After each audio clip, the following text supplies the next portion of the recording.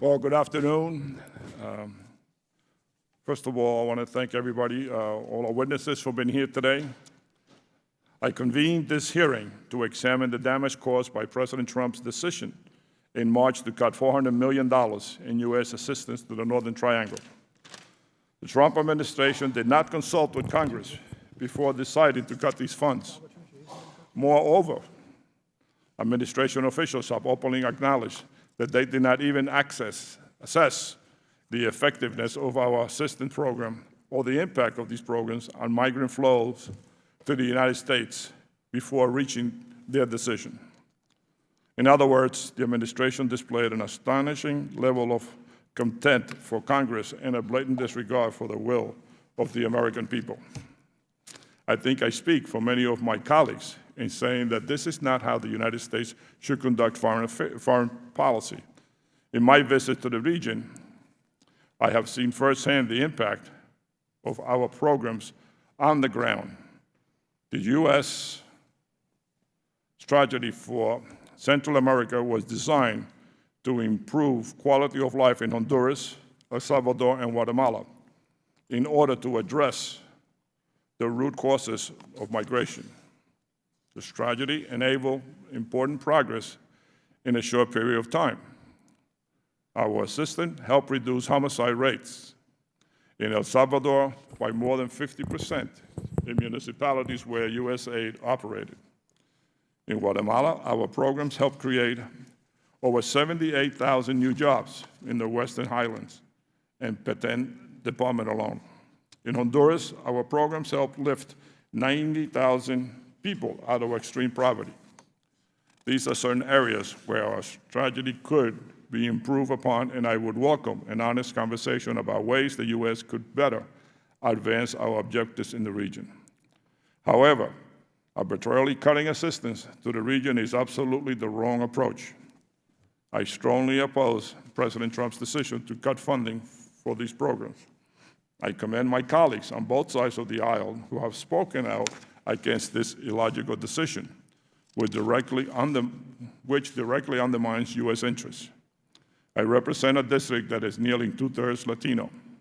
Many of my constituents are first-generation and second-generation immigrants from Central America. I repeatedly hear from my constituents that they did not want to leave their home countries and leave behind family members. They migrated as a last resort.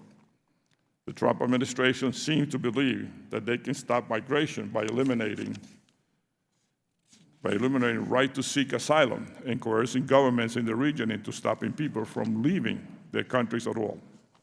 The administration clearly does not understand the level of desperation felt by many of those who make the dangerous journey north. Criminalizing desperation will only make conditions more precarious for those who have decided that leaving home is the only option. I believe that the U.S. must instead work as a partner to help create conditions whereby Honduras, Guatemalans, and El Salvadorians can see a future in their home countries. I was proud to be an original co-sponsor of the Northern Triangle Enhanced Engagement Act, led by Chairman Engel and Ranking Member McCall, which passed the House in July, and I urge my Senate colleagues to urgently pass this bill. I also thank my friend Congressman Yoho of Florida for working with me on a resolution that highlighted the importance of continuing our engagement with the Northern Triangle. I appreciate the efforts of Ranking Member Rooney, who worked with me, along with Chairman Engel and Ranking Member McCall, on a letter we sent to President Juan Orlando Hernandez of Honduras, urging him to extend the mandate of the Mission to Combat Corruption and Impunity in Honduras. There is a tremendous and bipartisan agreement within Congress that we must engage the Northern Triangle countries in order to enhance security and prosperity and combat corruption. I hope we can continue to work together on a bipartisan basis to ensure our policy towards the region advances U.S. interests and truly address the root cause of migration. Thank you, and I now turn to the Ranking Member Rooney for his opening statement. Thank you, Mr. Chairman. Thank you for holding this important hearing. The United States and Central American countries of Guatemala, Honduras, and El Salvador, the Northern Triangle, are inextricably linked by geography and deep cultural roots. We have mutual concern about the illegal migration into the United States and the economic and security challenges which precipitate it. These countries are among the most violent and poorest in the world. The United States' foreign assistance to these countries is a critical tool that we can deploy to nurture a secure and stable Northern Triangle and improve security in the region. Between 2016 and 2018, the United States allocated over $800 million in foreign assistance to the Northern Triangle to confront the transnational gangs like MS-13 and to strengthen democratic institutions and try to spur economic development. We've made some successes like the Feed the Future initiative in Honduras, where beneficiaries are 78% less likely to emigrate than the Honduran population as a whole. U.S. security assistance programs have provided technical assistance to prosecutors and training for investigators to strengthen the justice system in the Northern Triangle countries. In El Salvador, from 2015 to 2018, crime dropped 53%, in part because of U.S. assistance programs dealing with the prevention of violence and in support of local law enforcement to investigate and prosecute MS-13. U.S. assistance programs have provided economic opportunities to young people, have provided help for victims of human trafficking, and have encouraged protection of human rights defenders, and have addressed food insecurity during times of critical drought. Despite this good work, we must acknowledge where our efforts have fallen short. Regional migration is overwhelming our borders. Between 2018 and August 2019, immigration officials at our southern border apprehended approximately 590,000 migrants from the Northern Triangle, which has contributed to the ongoing crisis at the border.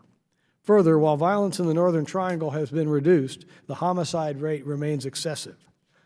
38 homicides per 100,000 citizens, one of the highest rates in the world, and the global average is only 6 per 100,000. Systemic corruption plagues the region, and unemployment and limited access to jobs are pushing migrants to seek better opportunities abroad. We must remain committed to solving these issues, and U.S. foreign assistance is a big part of the solution.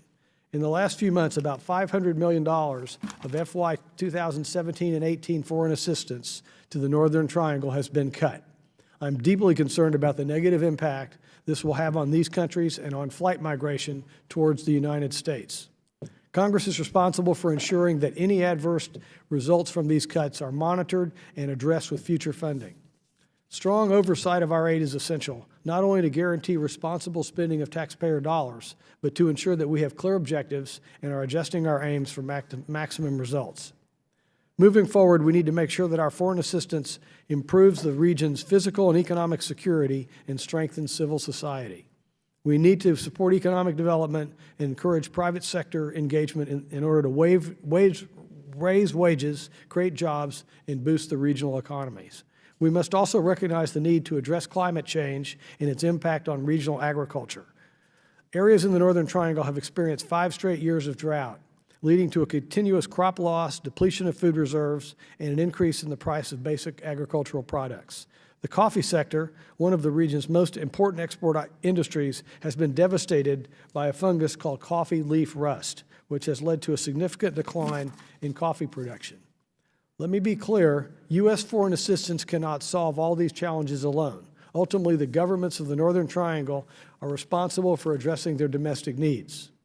New administrations in Guatemala and El Salvador offer opportunities for cooperation on issues of mutual importance. Just last week, President Bukele of El Salvador agreed on an asylum cooperation agreement with the United States. This will only be successful if El Salvador has the support and resources to develop a really functioning asylum system. I'm concerned about our void in withholding aid would create a void that China is more than willing to fill at the expense of our interest, which would erode our regional credibility and allow China further to embed their hegemony in our hemisphere. For example, like the port that was, fortunately, the State Department got blocked in El Salvador. This Congress, I was proud to be an original co-sponsor with Chairman Suarez and the other leaders of the committee of the United States Northern Triangle Enhanced Engagement Act, which authorizes funding and a strategy for addressing the drivers of illegal immigration. I hope to work further with the administration to ensure that our foreign assistance is effective. Lastly, I want to commend the administration and the governments of the Northern Triangle for continuing to find ways to resume our assistance in the region. I look forward to the testimonies and opinions of all of you today. Appreciate you coming. And Mr. Chairman, I yield back the rest of my time. Thank you very much, Ranking Member Rooney. I will now introduce the Honorable Stephen McFarland, former U.S. Ambassador to Guatemala. McFarland served as ambassador from 2008 to 2011. Prior to his appointment, Ambassador McFarland served as a U.S. Foreign Service officer throughout Latin America for over 30 years, specializing in democratic transition, peace processes, human rights, and security. Most recently, Mr. McFarland directed the implementation of USAID's Access to Justice Activity Project in Colombia. We welcome you to the hearing. We will then hear from Mr. Juan González, former Deputy Assistant Secretary of State for Western Hemisphere Affairs. Mr. González has spent his career specializing in Western Hemisphere policy. Prior to his appointment, he served as the National Security Director for Western Hemisphere Affairs under the Obama-Biden administration. He was instrumental in the creation of the U.S. Strategy for Engagement in Central America. Mr. González holds a master's degree from Georgetown University's Walsh School of Foreign Service, where he is an adjunct faculty member in the Center for Latin American Studies. Thank you for being here.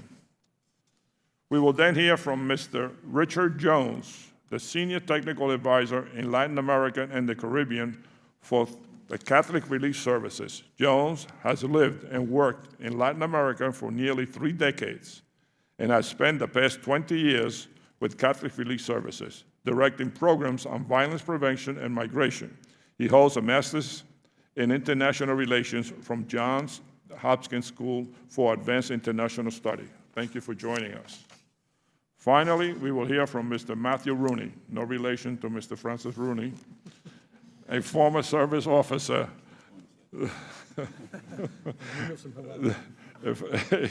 a former service officer and Deputy Assistant Secretary responsible for relations with Canada and Mexico and for regional economic policy. He also served as Counselor for Economic and Commercial Affairs at the U.S. Embassy in El Salvador and as Consul General in Munich. Mr. Rooney holds a master's degree in international management at the University of Texas at Dallas. Thank you for your services and thank you for joining us. I ask the witness to please limit your testimony to 5 minutes, and without objection, your prepared statements will be made part of the record.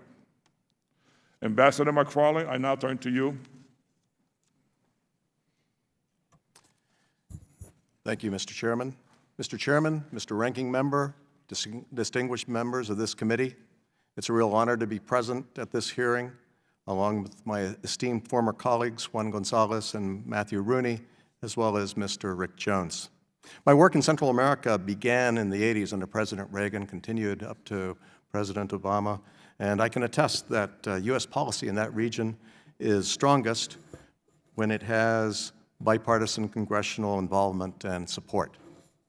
As a Foreign Service officer and as an ambassador, I spent a lot of time outside the traditional power centers, in the countrysides and poor neighborhoods of Guatemala and El Salvador, not to mention Iraq and Afghanistan.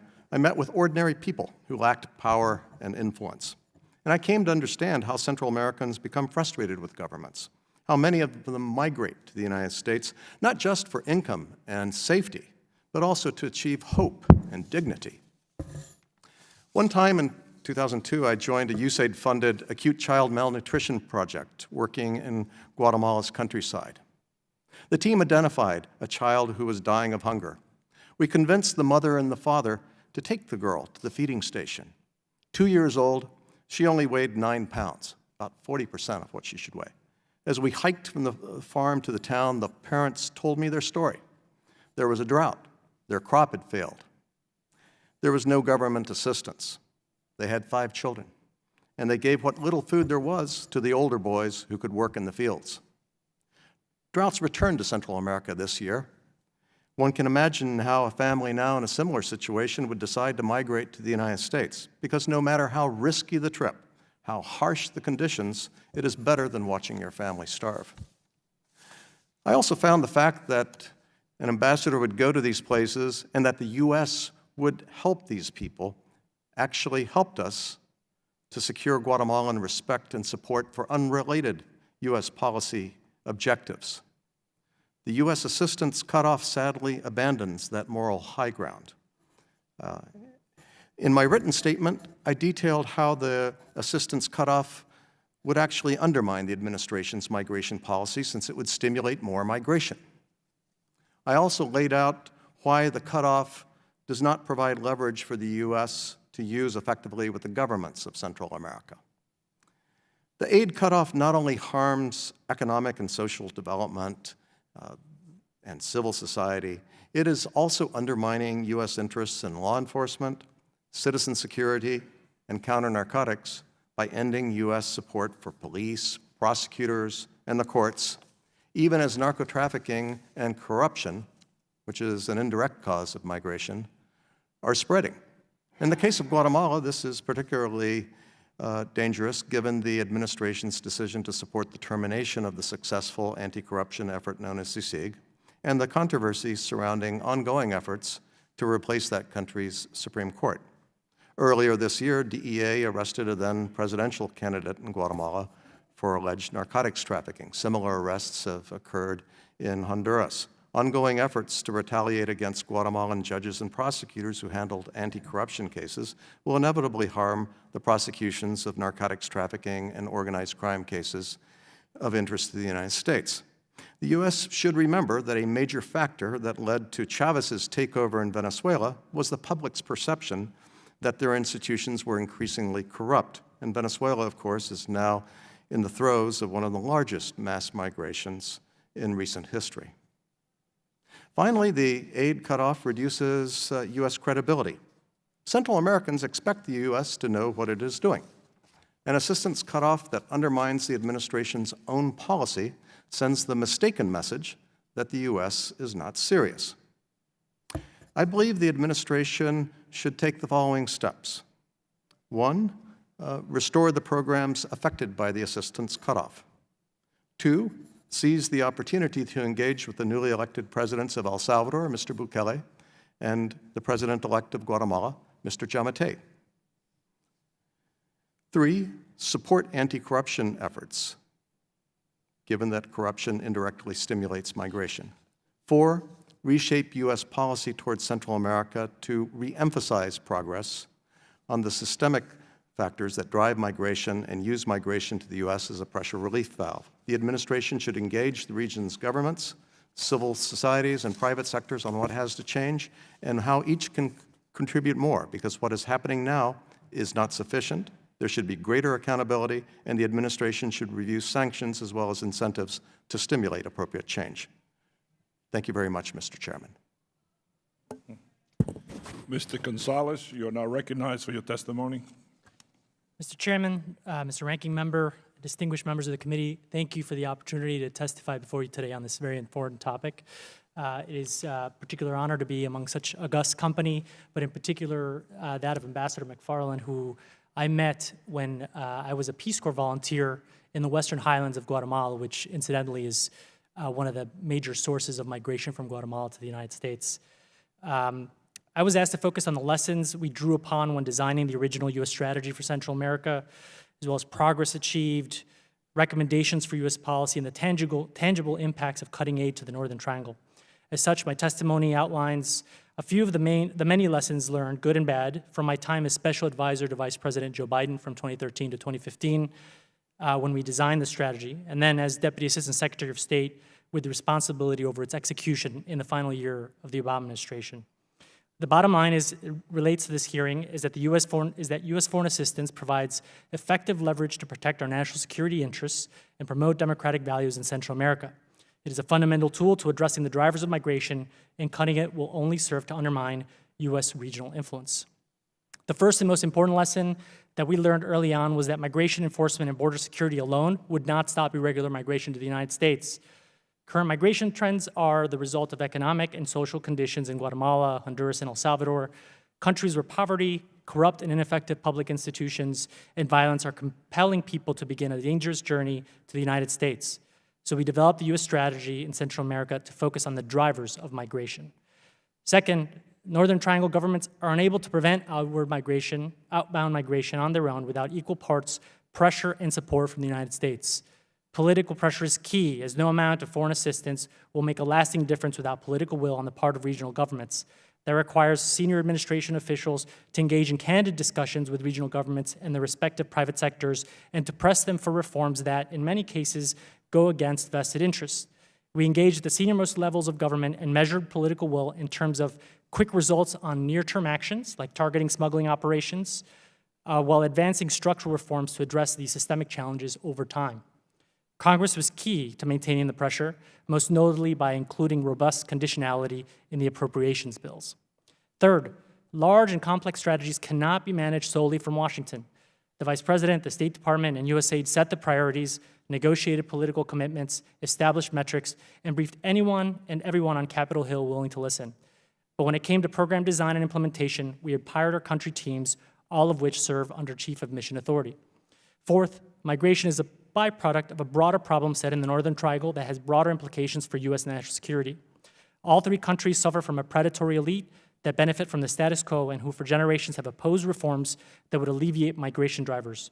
The most marginalized communities are also the ones most likely to migrate. And finally, as historic rivals, the only way to get Guatemala, Honduras, and El Salvador to cooperate on regional security and economic issues was for the United States to facilitate and set the pace. In this regard, migration serves as a sort of canary in a coal mine, foreshadowing much worse things to come if these countries are unable to maintain the rule of law, create stable and formal workforce, provide alternatives to criminality, and address rampant corruption. I cannot emphasize enough just how central combating corruption was to our entire approach, or how disappointing it is to see the Central American anti-corruption movement in retreat. Today, the forces of corruption are winning in Guatemala after successfully ending the mandate of the UN-backed Commission Against Impunity, following years of strong backing from both Republican and Democratic administrations. So too, the continued erosion of democracy in Honduras that culminated in a questionable presidential result in November 2017. The United States is not leading the battle against corruption in Latin America and the Caribbean. Nobody will. Lastly, bipartisan congressional support is the only way to institutionalize a multi-year strategy to reduce irregular migration at the source.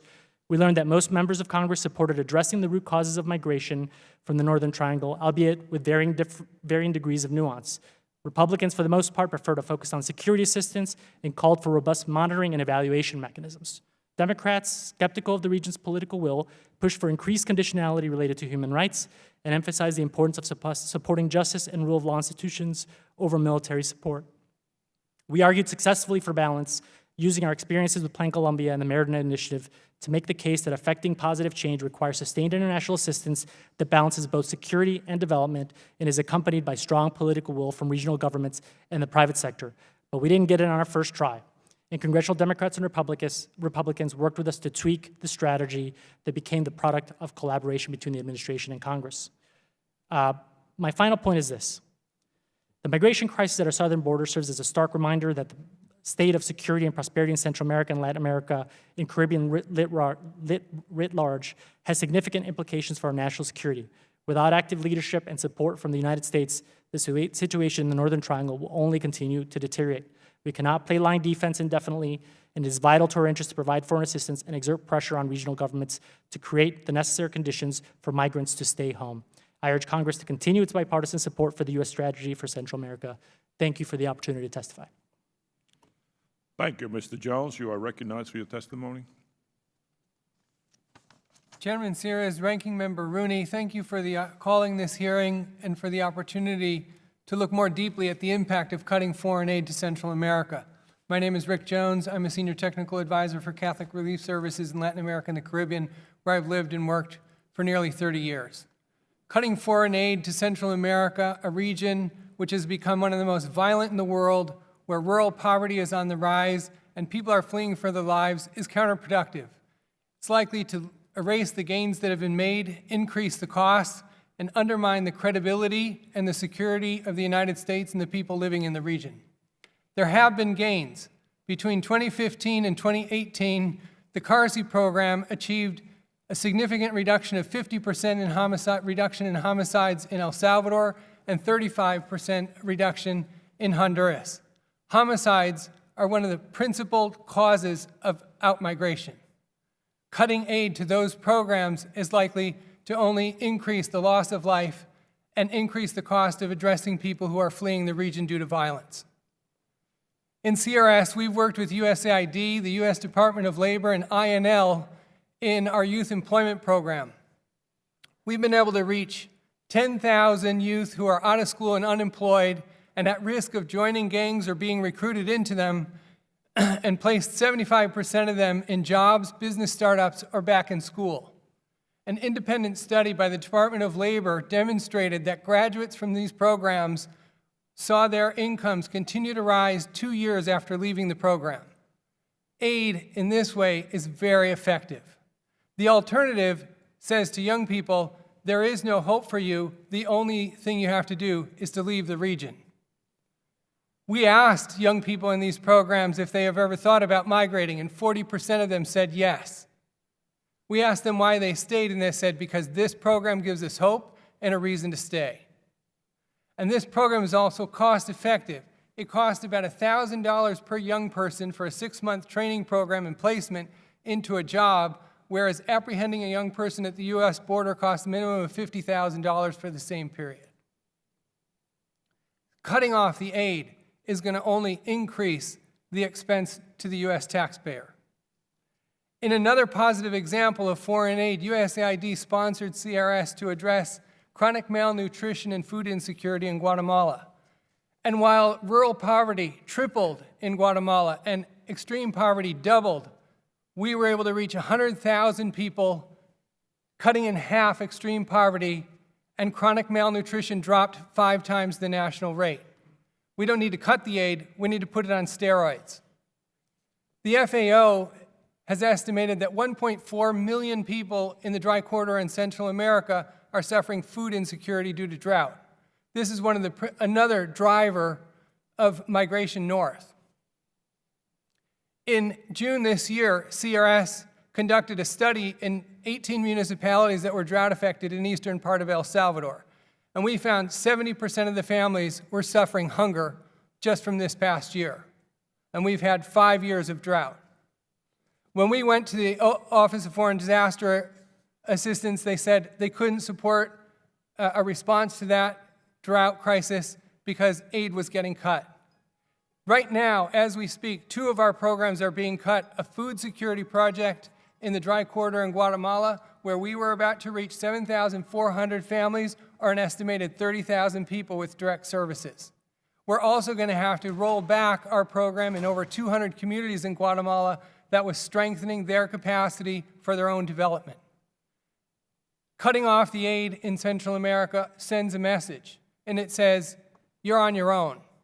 And it undermines, not only do we roll back the gains that we've made, it creates mistrust. And mistrust translates into people not cooperating with government, not denouncing organized crime. Cutting back the aid, in summary, is going to erase the gains that we've made, increase the costs, undermine the credibility and the security of the United States, and create a vacuum. And somebody else is likely to step into that leadership role. We need to increase the aid. We need to use the best results that we get to catalyze transformation at scale. The poor and the vulnerable people in Central America and the stability of the region is depending on it. Thank you very much. Thank you. Mr. Rooney, you are recognized for your testimony. Thank you, Mr. Chairman. Mr. Chairman, Mr. Ranking Member, members of the subcommittee, it's an honor to be with you today to discuss the need for robust engagement with the nations of Central America, particularly El Salvador, Guatemala, and Honduras. And it's a particular pleasure to share this tribunal or this table with such an esteemed group of colleagues and friends. The George W. Bush Institute is perhaps not widely known outside the Dallas Beltway. We are a think and do tank founded by President and Mrs. Bush upon their departure from the White House in 2009. Our economic growth initiative, which I lead, focuses on North American economic integration and competitiveness, immigration reform, the role of cities in growth, and the conditions for growth in Central America.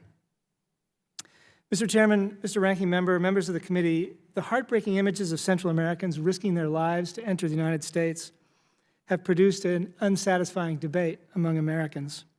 There are those who believe that the poverty and violence in the region are the responsibility of the United States.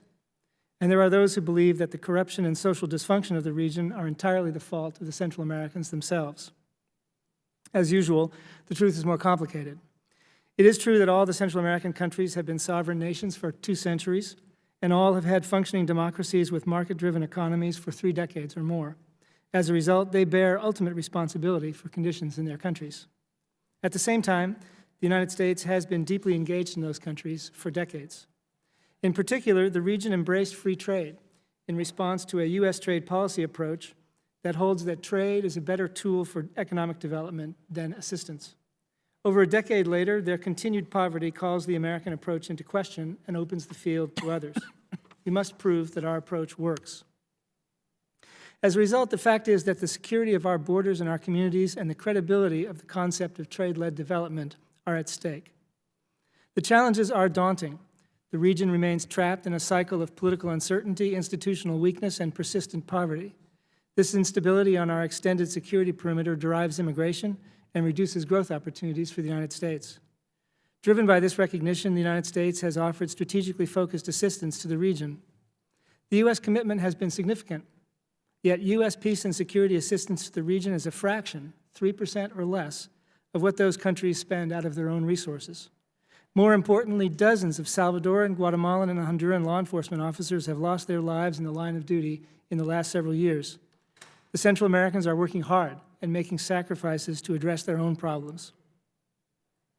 Our foreign assistance has been instrumental in helping the Central Americans focus their own efforts to address the region's challenges, reduce corruption, and enhance transparency.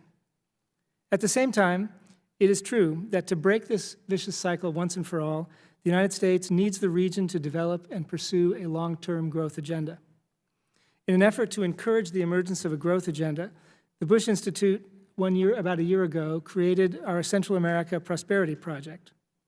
At the center of the CAPP approach is a working group that brings together 30 thought leaders from Guatemala, El Salvador, and Honduras. Half of our group members are women, and a third are under the age of 35. Participants represent business, policy, politics, academia, journalism, and civil society. The group came together and agreed that wider use of digital technologies would curtail corruption and reduce informality. The Bush Institute, in May 2019, in support of this conclusion, urged the 3 countries to develop and implement a regional digital strategy in cooperation with their business communities and civil societies. This proposal has been welcomed across the region, and our working group in particular felt empowered by the call for digital inclusion in H.R. 2615, the United States Northern Triangle Enhanced Engagement Act. In the remaining months of 2019, we are working with our network to organize a series of workshops in the region to identify the policy impediments to mobile services and develop national implementation plans. Of course, the region's challenges go well beyond digital services. The value of our proposed digital agenda is not that it addresses every challenge, but it represents a commitment by a broad network of Central American leaders to the hard political work of driving the reforms that are needed to strengthen the foundation for future prosperity. We believe that this model can make a down payment on the reforms needed to put Central America on a more robust and more inclusive growth trajectory, leveraging U.S. foreign assistance dollars to further promote U.S. interests. Mr. Chairman, Mr. Ranking Member, members of the committee, thank you again for the opportunity to be here today. I look forward to the opportunity to engage with your questions and comments. Thank you. Thank you very much. We will now move to questions. I'll lead the question and then the ranking member. I believe strongly that combating corruption should be at the center of our policy towards the Northern Triangle. How could the funding cuts impact our efforts to combat corruption, particularly in Honduras, where the mandate of the anti-corruption mission is due to expire on January 2020? Ambassador? Thank you, Mr. Chairman. I agree with you that U.S. policy should, in fact, have combating corruption at the center of its vision.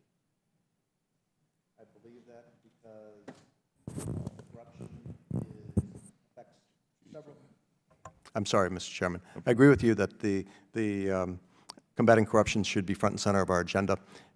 Corruption has the following impacts on U.S. interests. One is indirectly, it leads to a lot of factors that drive migration. It serves as a de facto tax on the formal and informal economies, and it limits opportunities. It also is an enabler for narcotics-related activity. It also harms the interests of U.S. citizens in the country as well as U.S. businesses in the country. And finally, it creates a situation where, should things go wrong, the Central American countries could move towards a populist alternative, as happened in Venezuela. I think the things that we can do are to support local efforts to strengthen courts, prosecutions, police, prisons. The U.S. leadership and message is important. And finally, the use of sanctions, selected, careful, legal, but the use of sanctions is critical to sending a message on corruption. Anyone else?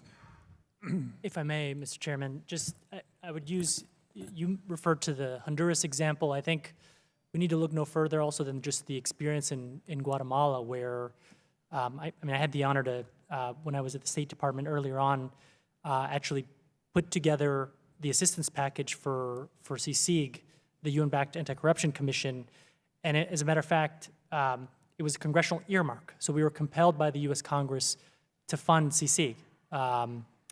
And it was something where, over the years, it was the United States, Canada, and Spain that were the main supporters of CSIG's work.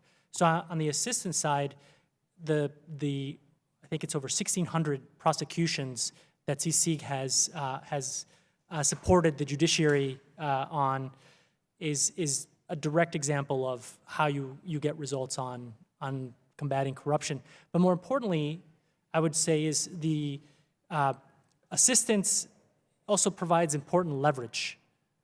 So in addition to the support directly for CSIG, the work that we're doing throughout Guatemala, the work that we're doing with the private sector, and frankly, high-level engagement by the administration and leadership in the U.S. Congress, I think is perhaps just as important as direct programmatic support to organizations like CSIG and other civil society organizations.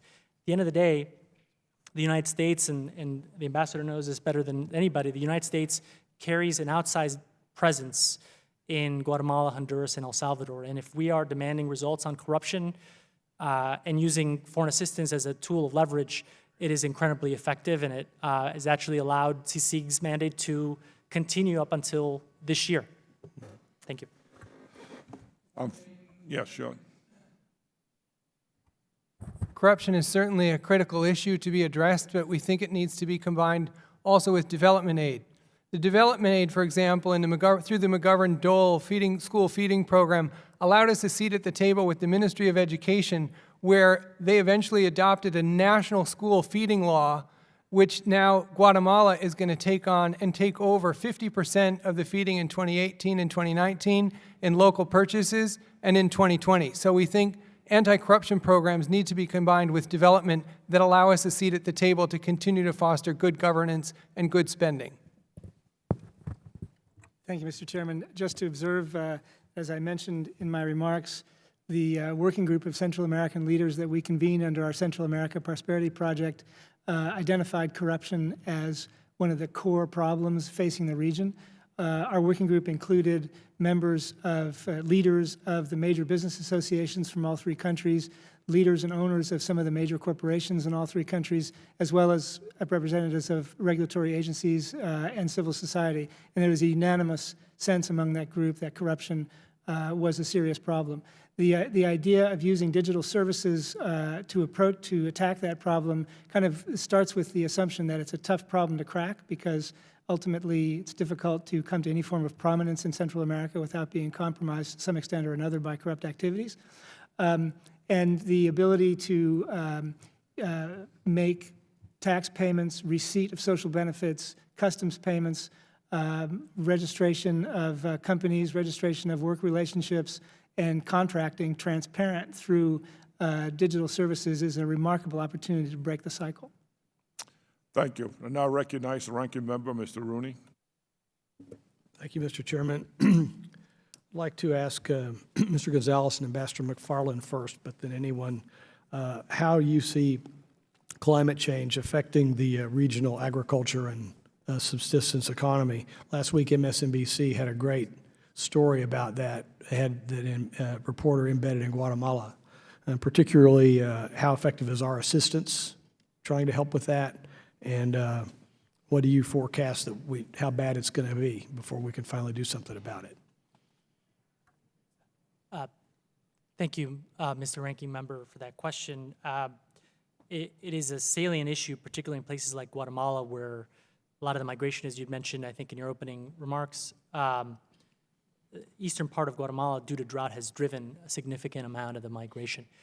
Throughout Latin America, you have this rapid phenomenon of urbanization. Even though Latin America is a water-rich region, the urban sectors are very far from water. And increasingly, agricultural practices are done in an environment where, as you mentioned, climate change is making it more and more difficult to produce crop yields. This scenario will only deteriorate over time. And I think right now, what you're seeing in eastern Guatemala is the beginning of more to come. Thank you, Mr. Ranking Member. I think climate change is going to be driving a lot of food insecurity in the Northern Triangle, in Guatemala in particular, where I've been out in the countryside. One of the impacts it has is that since you have a government that traditionally does not provide a safety net, and people who do not have the mobility, the ability to simply go to the big cities to look for jobs, they're in trouble.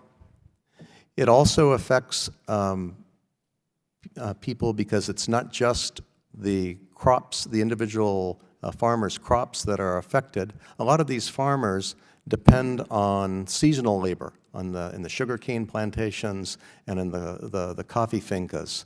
And this current year, a lot of the plantations, the sugar plantations, decided not to hire labor. There was because of a combination of prices and weather. Same for coffee. So that it has that effect as well. Does our assistance have any impact on this? Sir, I believe it does. Or at least it has until it has been cut off. It provides various ways of working on alternative crops, trying to maintain some sort of resiliency in families' access to food, and in some cases, emergency food supplies. If I could respond to that. Thank you. What we need to understand, I think, about drought-driven climate change or climate-driven drought in Central America is that the impacts are cumulative. In the first year of drought, families eat less, increasing malnutrition in children. In the second year, they start to sell their household assets, increasing poverty. In the third year, they sell the land and they leave. So we need to understand the cumulative effects of what's happening in Central America, and this is going to continue to drive. We've had drought 5 out of the last 6 years, and 6 years of the hottest on record. And so I think this is what the future is going to look like. There are specific practices. We've worked with over 3,000 farmers in Central America in the dry corridor to develop and prove practices. And last year, farmers that did not use our water smart practices lost 80% of their crop, where other farmers only lost 10%. That's the difference between watching your family starve and having to work a few extra weeks at the end of the year in something other than farm activities. There are practices that need to be scaled up throughout the dry corridor in Central America. Are you familiar with the World Food Program's activities there? The MSNBC article showed a couple of feeding opportunities by the World Food Program there. Yes, the World Food in the region, both delivering food aid as well as starting to try and change the soil and water management practices. We at Catholic Relief Services work very closely with them to develop the kinds of practices that small farmers can afford. Thank you. I yield the rest of my time. We'll just keep asking questions. If I could have a question. I am concerned about these cuts. I think they could not have come at a worse time. Guatemala just had elections with record low turnout. Obviously, that reflects the discontent within that country. The Honduras government is facing large street protests. What can that lead to, Mr. Rooney? Are we going to have another Nicaragua or Venezuela in our hands? Thank you, Mr. Chairman. I'd hesitate to speculate about that specifically, but I do think that the course that these countries are on is not sustainable, socially or politically. We do have an opportunity with the new Salvadoran government and with the Guatemalan government about to take office. Certainly there is a renewed opportunity to engage with those governments in a constructive way. I think both have signaled that they want to work closely with the United States. They have set priorities. To harp for a moment on my Central America Prosperity Project hobby horse, both have set priorities that are consistent with the digital priority that my working group has identified. So we're hopeful that they can reverse course and set their countries on a more constructive course. Anybody else? Ambassador? I'm sorry. Mr. Jones, I'll get back to you. Yep. Yes, Mr. Chairman. I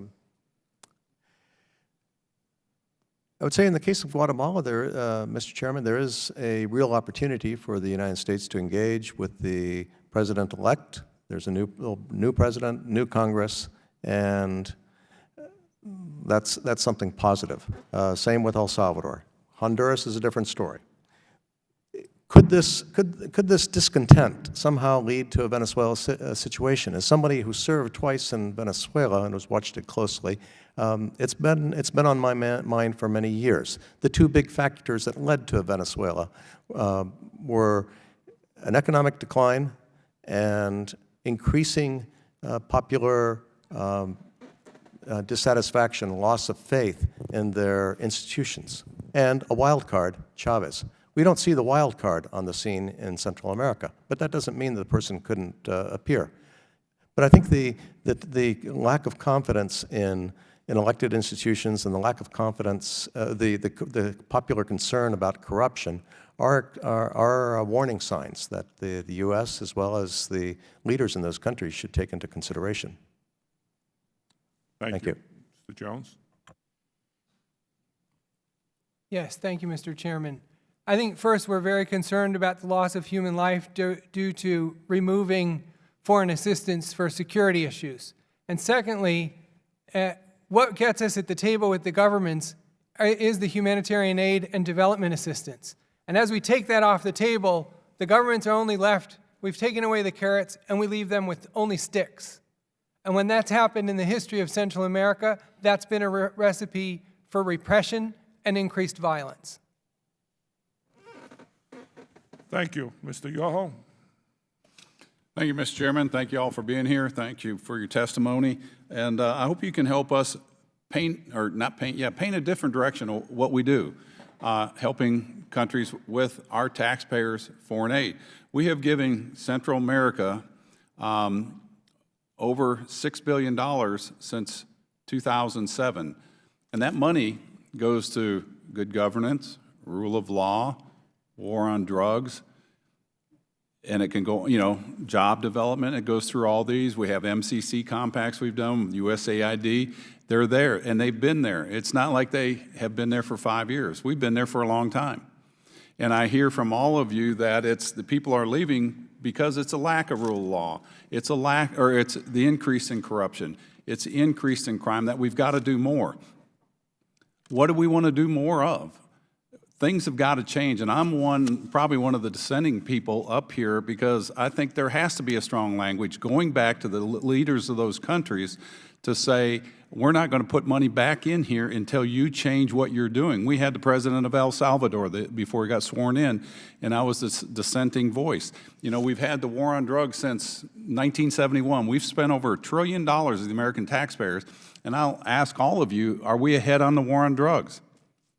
You know, you talk about Plan Colombia, and there's a lot of celebration about that, but yet the country of Colombia today has over 500,000 acres of cocaine growing, and so we're going backwards. And I know they've got a plan to reduce that, and I hope President Duque is successful, because we want to do that, and we help work to make sure they didn't get decertified by the Trump administration. But strong signals need to go out. I think what we've done is we've legitimized illegal narco trafficking and have gone into different businesses, yet the Central American countries now are the transit of cocaine coming out of Colombia. It's going through Mexico. Mexico drug cartels are controlling it, and the country of Mexico is producing over 70,000 acres of heroin.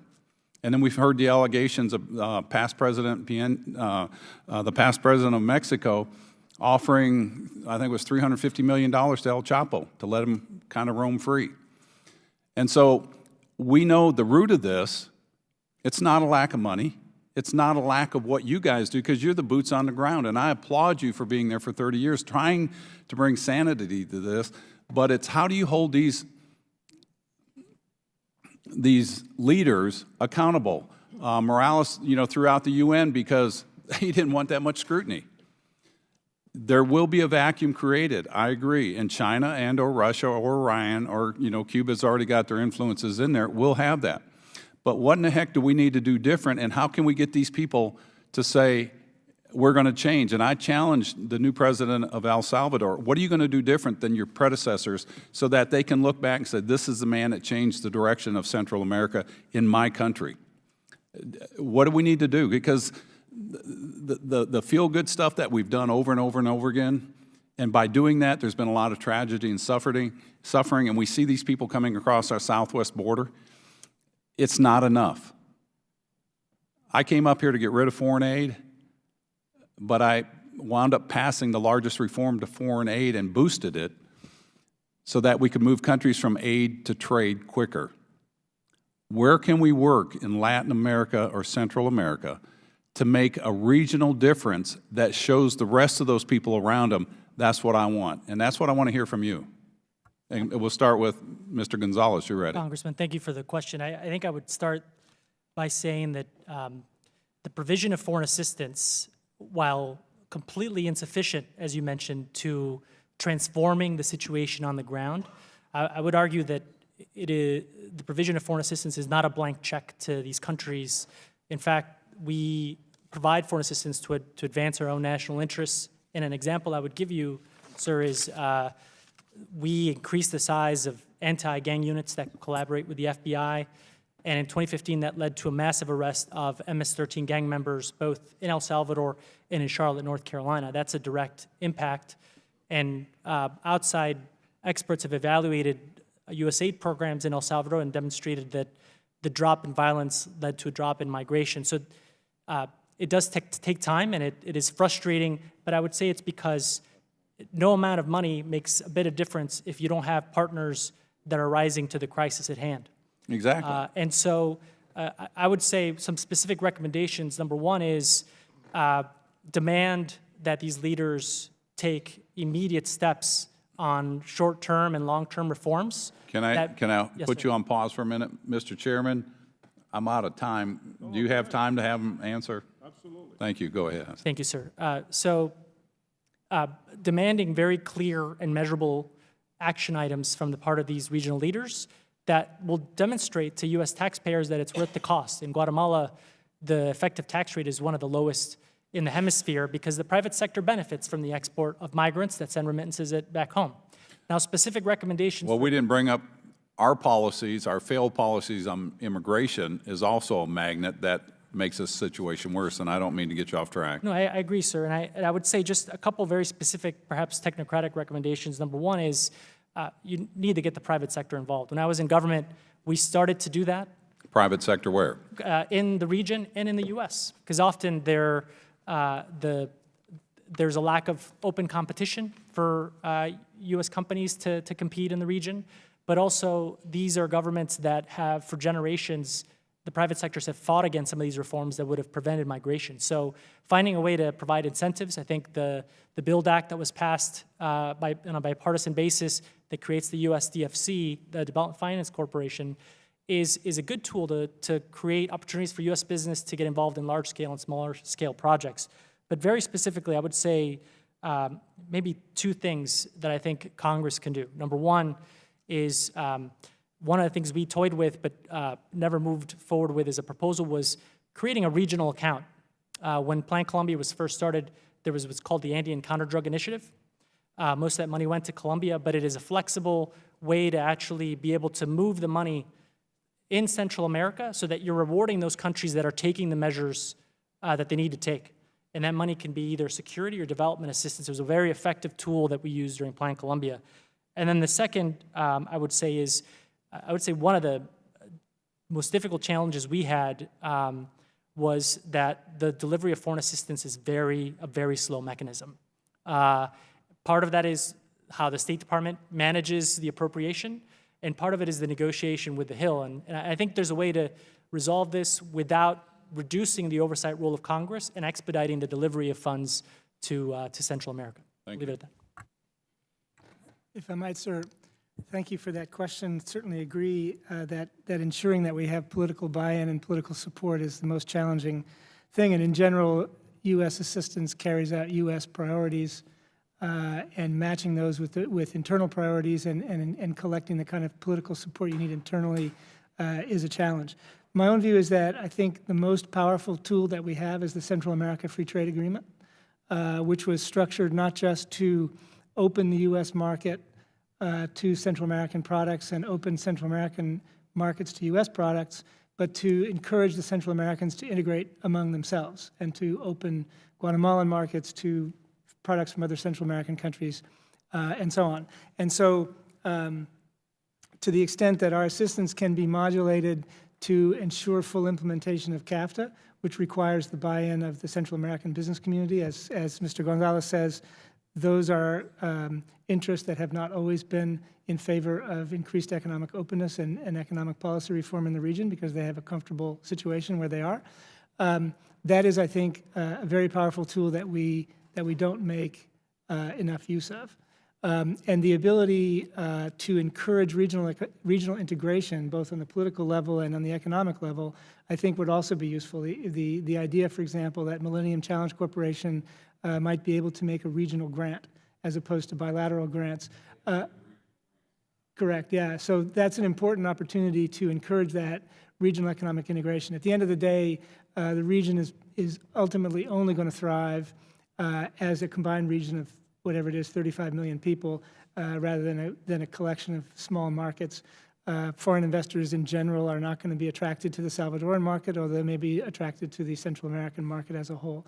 So those things, I think, after CAFTA was signed and implemented, there was a burst of activity by the United States government to try to carry out programs that would encourage the business communities to get ready and encourage the governments to pursue that economic integration. I think that has tapered off to a certain extent, and that I think is a tool that we have. It's more powerful than any attraction that any of our competitors in the region might offer. The proximity of our market, size of our market, the commercial and ethnic and social ties that already exist make it an extremely attractive market, and I think that tool is underutilized.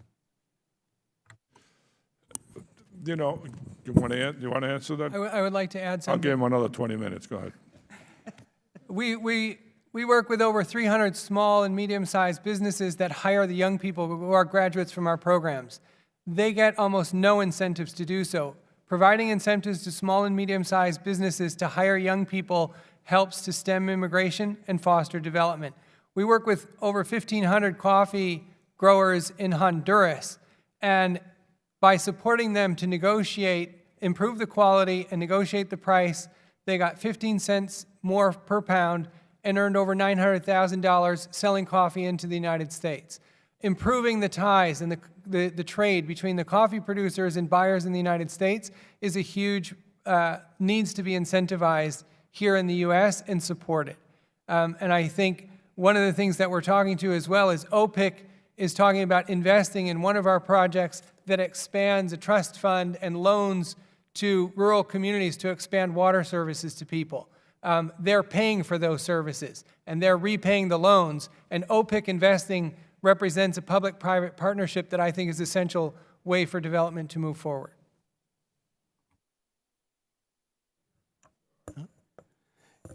If I may.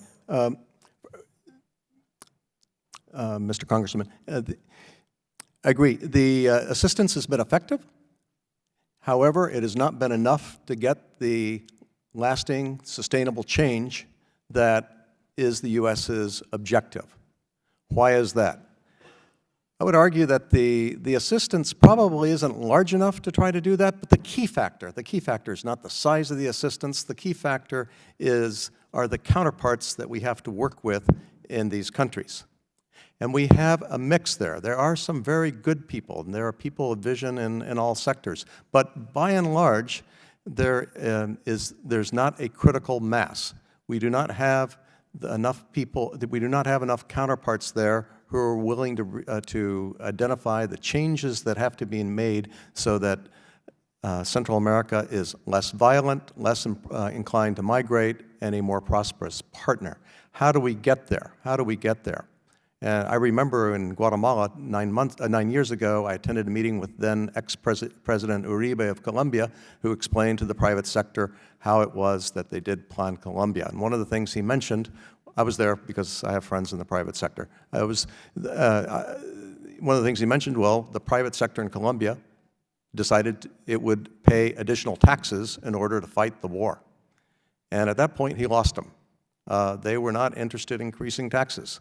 So you'll have some elites who the incentives we offer are not enough for them to change. I would say, going back to our time in the region in the 80s, sometimes you have to be tough. Sometimes you have to hold people accountable. Sometimes you have to use sanctions. It should be careful. It should be legal.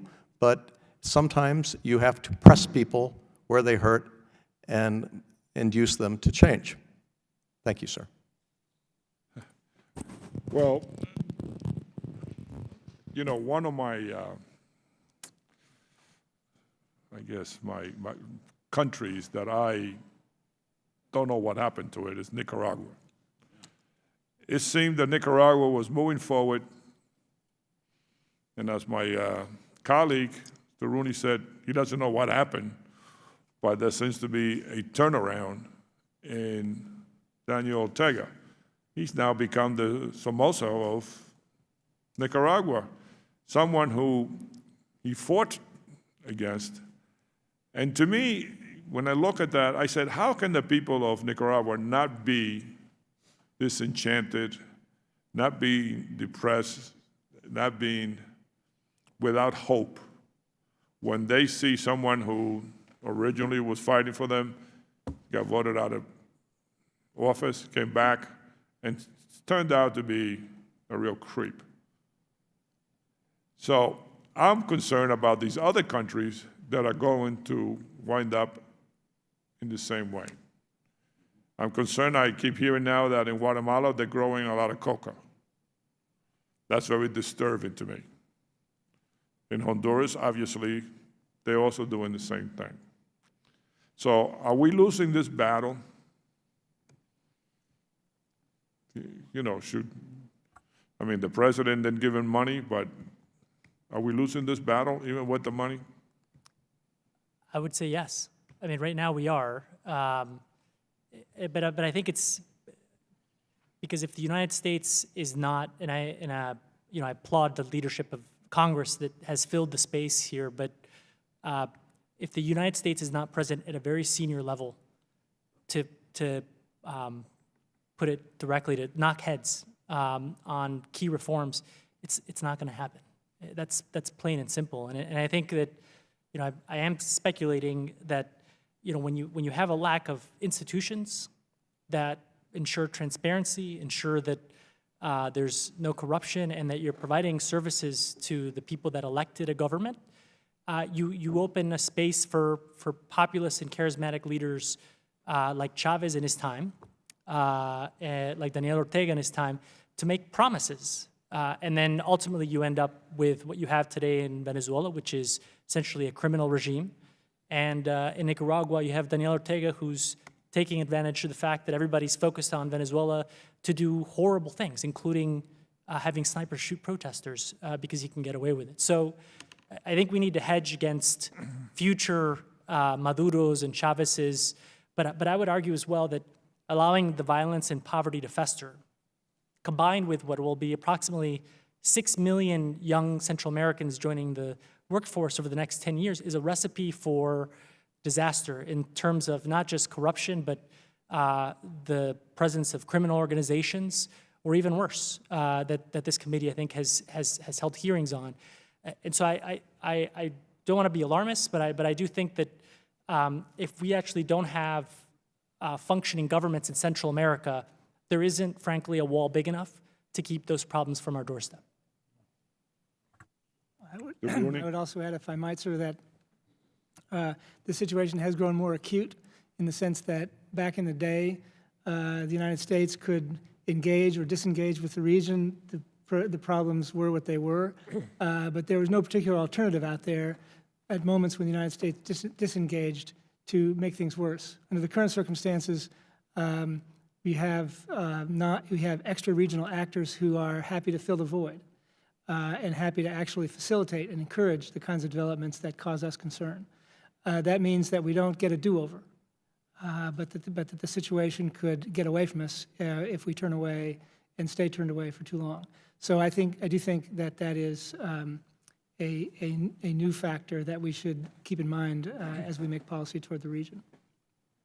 Ambassador, what do you think? Mr. Chairman, I believe the U.S. has definitely lost ground. I wouldn't say that we have lost this war. I think we're still in it, but we've definitely lost ground in the last 12 months, last 18 months. I think I share your concern about Nicaragua, and I was actually a desk officer back when in the early 80s, when the Sandinista regime had just taken over. And it is just bizarre to see how Daniel Ortega has, in fact, as you say, become a repeat of Somoza. One of the reasons he did that, though, was that he was able to persuade the Nicaraguan private sector and their party to enter a deal with him, where a minority party like the Sandinistas could, in fact, occupy a majority of power. And so there's that kind of short-sighted dealing by political and economic elites is one thing that we have to watch out for. Thank you. Ranking member? Thank you, Mr. Chairman. I'd like to just continue that just a tad bit. I've got another question too, but my understanding is that in Nicaragua you have a very low requirement for getting elected. That's the way to put it, like 35%. And that was part of the thing that we, in the Bush administration, we worked against when Ortega II came up in 2007.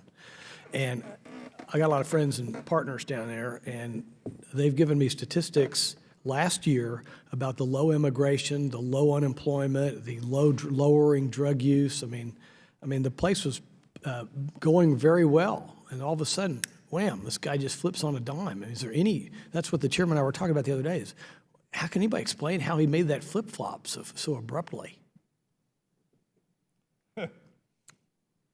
Ambassadors always have the answer, so. Don't answer all at once, just one. Yeah. Mr. Ranking Member, I confess I don't have a good answer for that. I think part of it comes down to personalities. Chavez was a fluke, but a very powerful one. Ortega, and particularly Ortega as influenced by his wife has somehow become the mirror image of the person he sought to overthrow. How that happens, I don't know. What can the U.S. do about it? I think the U.S., I think it's appropriate for the U.S. government to be sanctioning people as hard as they can, and perhaps try to work harder with the neighboring countries to see what they can do. If I may, Congressman, so I was actually as part of the Electoral Observation Mission that observed the 2006 elections in Nicaragua, and previous to that, Ortega always made it through the first round, but because the requirement to win was lowered, he was able to actually win. There was a third candidate in there, too. That's correct. We tried to get that guy out of there, and he wouldn't quit. It would be, once they went to second round, it was everybody but Ortega that they would vote for. Then he changed the Constitution to allow him to run into office. That has allowed him to endure. So you have there, number one, is something that happens throughout Latin America, which is political leaders who change the rules in order to stay in power. And that's true of people that we love to work with and people that we don't like to work with. Right.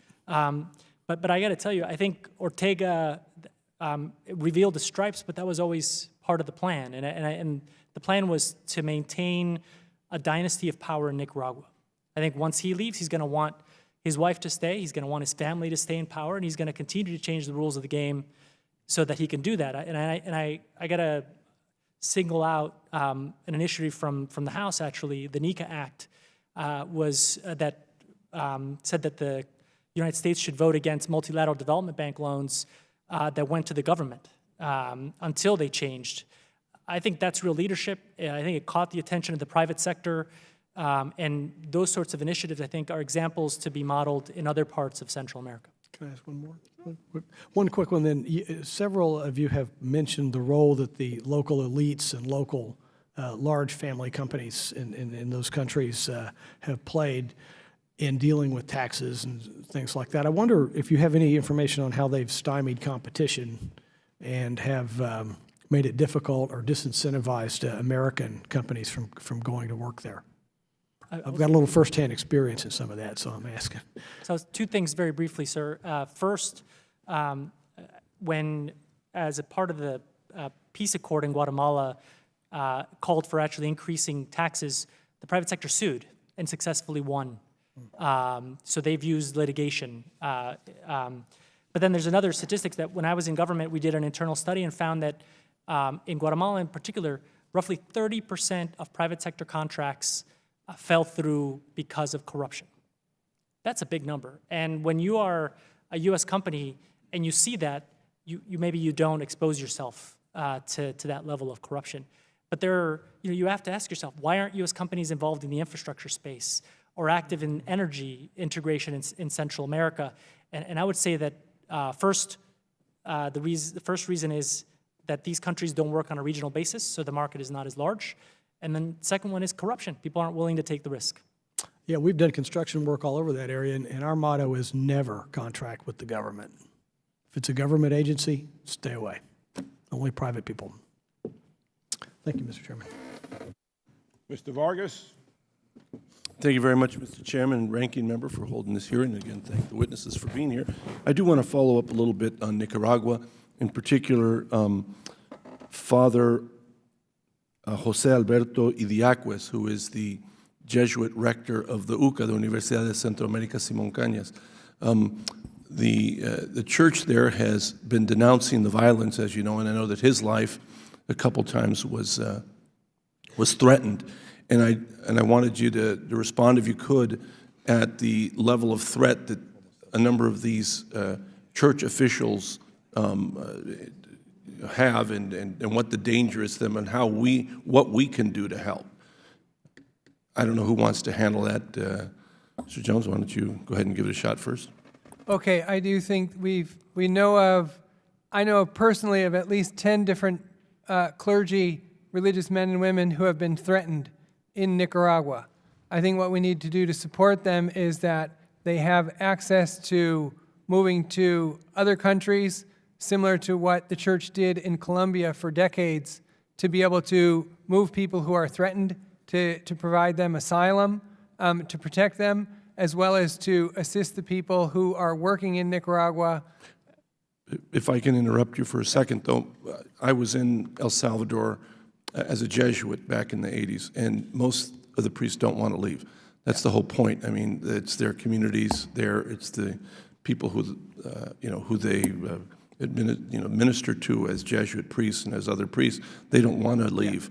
So what can we do in the sense of keeping them there in the country and providing some sort of safety, some sort of help to these people? Because they actually don't want to leave. I mean, there's some priests that may want to leave and should leave because the danger is so high, but most of them don't. Most of them want to stay with their flock, as they say. Yeah, I think in that regard, recognizing them and supporting them in the work that they do and recognizing that publicly can provide a certain level of recognition and respect, and that we're watching these particular individuals and following them, and that's publicly known. I think that can help to protect people.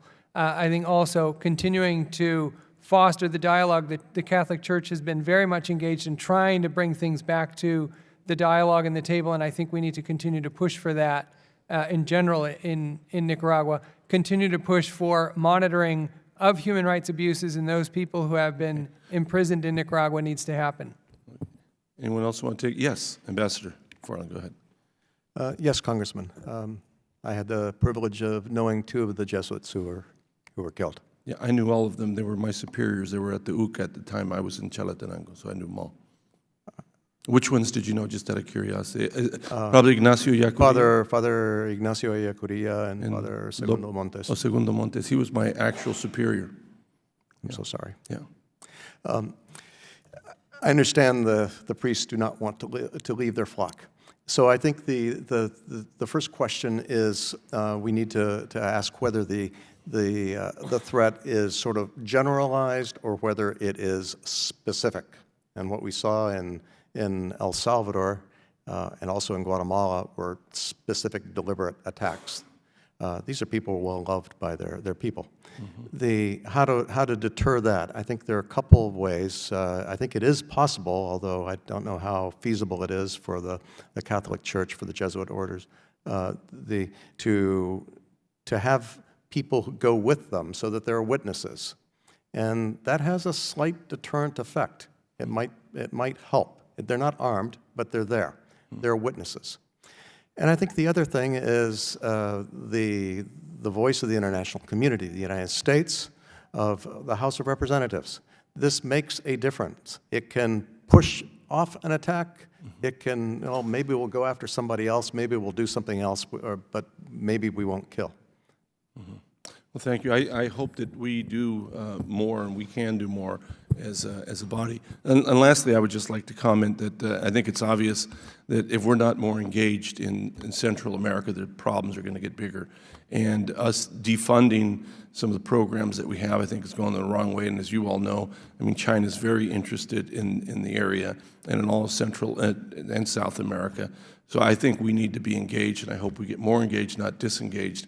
And I also happen to represent San Diego. I represent the entire California-Mexico border, and the migration coming up from people, of course, that is escaping violence and poverty continues to grow. So I, again, hope that we don't disengage. I hope we continue to engage. I know my time's almost up, but again, I want to thank all of you for being here, and I hope that we remain very vigilant in Nicaragua, especially when it comes to the Catholic Church. Last time, in El Salvador, the military took it upon themselves to go into the UCA and murder all the priests there because they had the opportunity. I hope that opportunity does not come up in Nicaragua, that we're more vigilant.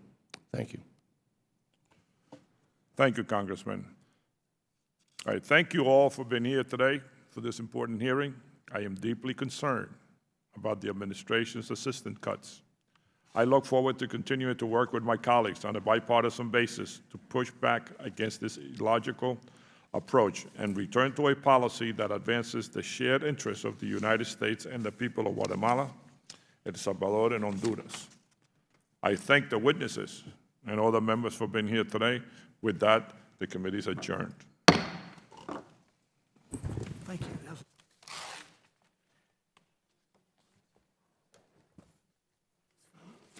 Well done.